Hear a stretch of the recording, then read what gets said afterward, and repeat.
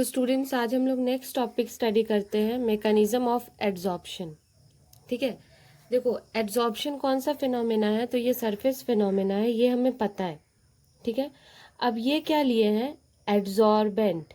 ठीक है, एड्जॉर्प्शन को एक्सप्लेन करने के लिए दो टर्म हम लोग यूज किए थे, एड्जॉर्बेट एंड एड्जॉर्बेंट। एड्जॉर्बेट जो पार्टिकल सरफेस पे आके स्टिक करता है दैट इज एड्जॉर्बेट, एंड जिस सरफेस पे आके लगता है दैट इज एड्जॉर्बेंट। ठीक है, तो ये तुम्हारा एड्जॉर्बेंट है, उसके अंदर भी कुछ पार्टिकल्स है। एड्जॉर्बेंट जो है वो कोई सब्सटेंस का बना है, तो उसके अंदर जो पार्टिकल्स है, तो उसके सरफेस पे भी पार्टिकल्स है, इनसाइड भी पार्टिकल्स है। तो जो उसके इनसाइड में पार्टिकल्स है वो चारों तरफ से पार्टिकल से सराउंडेड रहेगा। ठीक है, तो नेट फोर्सेस पे क्या हो जाएगा, जीरो हो जाएगा। लेकिन जो सरफेस पे पार्टिकल्स है, वो जो पार्टिकल है नीचे से अपने पार्टिकल से सराउंडेड रहेगा, लेकिन सरफेस पे तो उसके कोई पार्टिकल नहीं है, तो इसके पास कुछ रेसिडुअल फोर्स होगा, मतलब इसका नेट फोर्स जीरो नहीं होगा। ठीक है, तो ये क्या चाहेगा, अपने आप को स्टेबल करना। और स्टेबल कैसे करेगा, तो कोई पार्टिकल्स को ये अपने आप के ऊपर लाके क्या कर सकता है, उसको अट्रैक्ट कर सकता है। ठीक है, so adsorption phenomena can take place. तो यही रीजन है कि जो सरफेस है उस पे एड्जॉर्प्शन होता है। क्यों, क्योंकि जिस सब्सटेंस पे एड्जॉर्प्शन होता है उसका जो पार्टिकल्स है उसके पास कुछ रेसिडुअल फोर्स होता है। ठीक है, तो इसी चीज को हम लोग समझते हैं किसमें, मैकेनिज्म ऑफ एड्जॉर्प्शन में। उसके बाद नेक्स्ट हम बताए हैं थर्मोडायनेमिकली एस्पेक्ट्स ऑफ एड्जॉर्प्शन। तो हम लोग गिब्स हेल्महोल्ट्ज इक्वेशन तो पढ़े हैं 11th में। थर्मोडायनेमिक्स में क्या होता है, delta G is equal to delta H minus T delta S. यहाँ पे ये फ्री गिब्स एनर्जी है, delta H is enthalpy change, T is temperature and delta S is entropy change. ठीक है, तो हम लोग को एड्जॉर्प्शन कराने के लिए डेल्टा जी का वैल्यू क्या चाहिए रहेगा, नेगेटिव, कि प्रोसेस क्या हो, स्पॉन्टेनियस। ठीक है, तभी ना एड्जॉर्प्शन फिनोमेना होगा। तो देखो एड्जॉर्प्शन जो है वो एक्सोथर्मिक प्रोसेस होता है। ठीक है, इसीलिए डेल्टा एच क्या लेते हैं हम लोग, नेगेटिव। तो ये वाला चीज क्या है, नेगेटिव। अब इसके लिए बात करते हैं, तो एंट्रोपी क्या होगा स्टूडेंट्स, पहले पार्टिकल फ्री था, जैसे ही पार्टिकल सरफेस पे आके स्टिक किया तो उसमें क्या हुआ, उसका एंट्रोपी कम हो गया, क्योंकि एंट्रोपी क्या होता है, रैंडमनेस होता है एंट्रोपी। तो एंट्रोपी जो रैंडमनेस होता है, तो पहले पार्टिकल ज्यादा रैंडम में था, अब पार्टिकल का रैंडमनेस कम हो गया।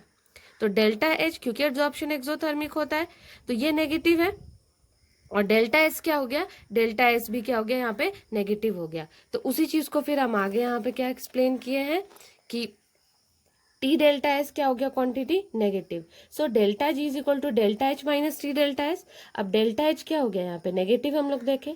ठीक है, एक्सोथर्मिक के कारण, और एंट्रोपी भी घट गया, तो क्या हुआ, ये नेगेटिव। ठीक है, तो ये जो है नेगेटिव नेगेटिव तो पॉजिटिव कर देगा। अब डेल्टा जी को नेगेटिव होने के लिए ये वैल्यू क्या होना पड़ेगा, हाई होना पड़ेगा, या फिर बोलो कि टेम्परेचर थोड़ा क्या होना पड़ेगा, कम। ऐसा नहीं कि ठंडा जगह पे एड्जॉर्प्शन होगा, ये नहीं बोलना है, थोड़ा टेम्परेचर कम करा के, ताकि ओवरऑल हमको देखना है कि डेल्टा एच का वैल्यू क्या होते रहे, negative.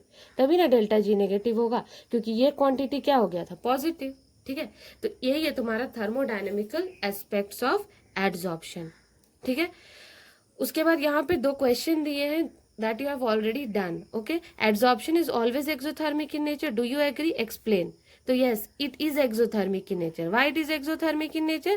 Because the particles on the surface of the adsorbent has some residual force, and when it attracts the particle, then its surface energy gets lowered, and whenever we know that energy जब कम होता है तो वहाँ पे stability आता है। ठीक है, तो एक्सोथर्मिक में वो एनर्जी को रिलीज करके क्या होता है, स्टेबल होता है। ठीक है, कौन, एड्जॉर्प्शन फिनोमेना में जो भी पार्टिकल्स आके एड्जॉर्बेंट के सरफेस पे ठहरता है। ठीक है, फिर why are powder substance more effective adsorbent than their crystalline form, क्योंकि पाउडर फॉर्म में सरफेस एरिया ज्यादा होता है, इसीलिए वो एड्जॉर्प्शन फिनोमेना वहां पे ज्यादा इफेक्टिवली होता है। ठीक है, उसके बाद नेक्स्ट स्टूडेंट जो है फिजिकल एड्जॉर्प्शन और केमिकल एड्जॉर्प्शन। ठीक है, टाइप्स ऑफ एड्जॉर्प्शन, जिसको हम लोग बोलते हैं फिजिजॉर्प्शन और केमिजॉर्प्शन।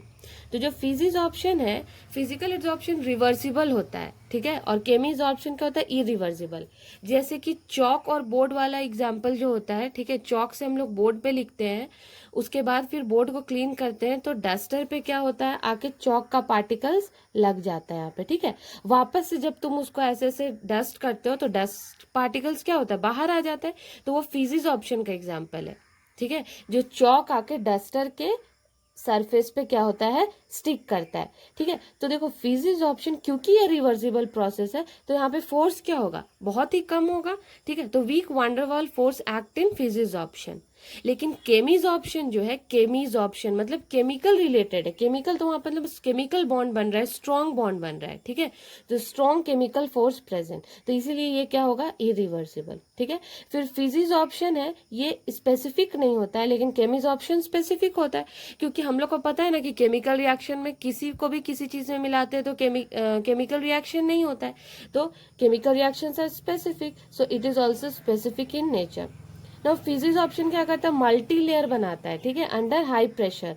तो मल्टी लेयर मतलब ये सरफेस है तो एक पार्टिकल्स आके चिपका फिर उसके ऊपर भी आके ठहरेगा, दैट इज फिजिजॉर्प्शन में ये फिनोमेना होता है, ठीक है।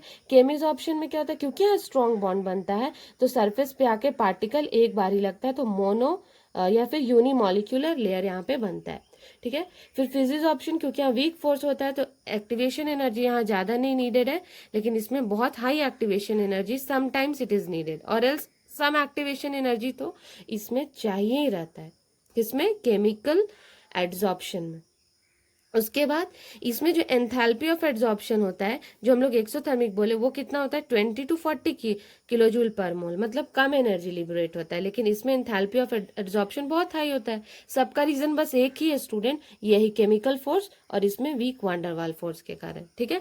फिर ये थोड़ा कम टेम्परेचर पे भी we can carry it out, लेकिन केमिकल रिएक्शन से यहाँ पे कुछ स्ट्रॉन्ग बॉन्ड बन रहा है, इसीलिए इसको क्या बोलेंगे, अकर्स एट हाई टेम्परेचर, ठीक है। फिर यहाँ पे दो हम क्वेश्चन दिए हैं, ठीक है, कि what is the effect on of temperature on chemisorption. तो केमिजॉर्प्शन प्रोसेस कुछ देर तक टेम्परेचर को बढ़ाओगे तो ये प्रोसेस बढ़ेगा, लेकिन जब ज्यादा बढ़ा दोगे तो ऐसा नहीं, टेम्परेचर को बहुत बढ़ाते जाओगे केमिजॉर्प्शन बढ़ते जाएगा। कुछ हद तक टेम्परेचर इसको चाहिए रहता है ये फिनोमेना कराने के लिए, दैट इज केमिकल एड्सॉर्प्शन। लेकिन फर्दर जब तुम टेम्परेचर इंक्रीज करोगे तो केमिजॉर्प्शन क्या होगा, फिर घटते चला जाएगा, ठीक है। What do you understand by the term lack of specificity in physisorption. तो हम बताएं फिजिजॉर्प्शन क्या होता है, स्पेसिफिक नहीं होता है, लेकिन केमिजॉर्प्शन क्या होता है, बहुत ही हाईली स्पेसिफिक होता है, ठीक है। Okay, thank you.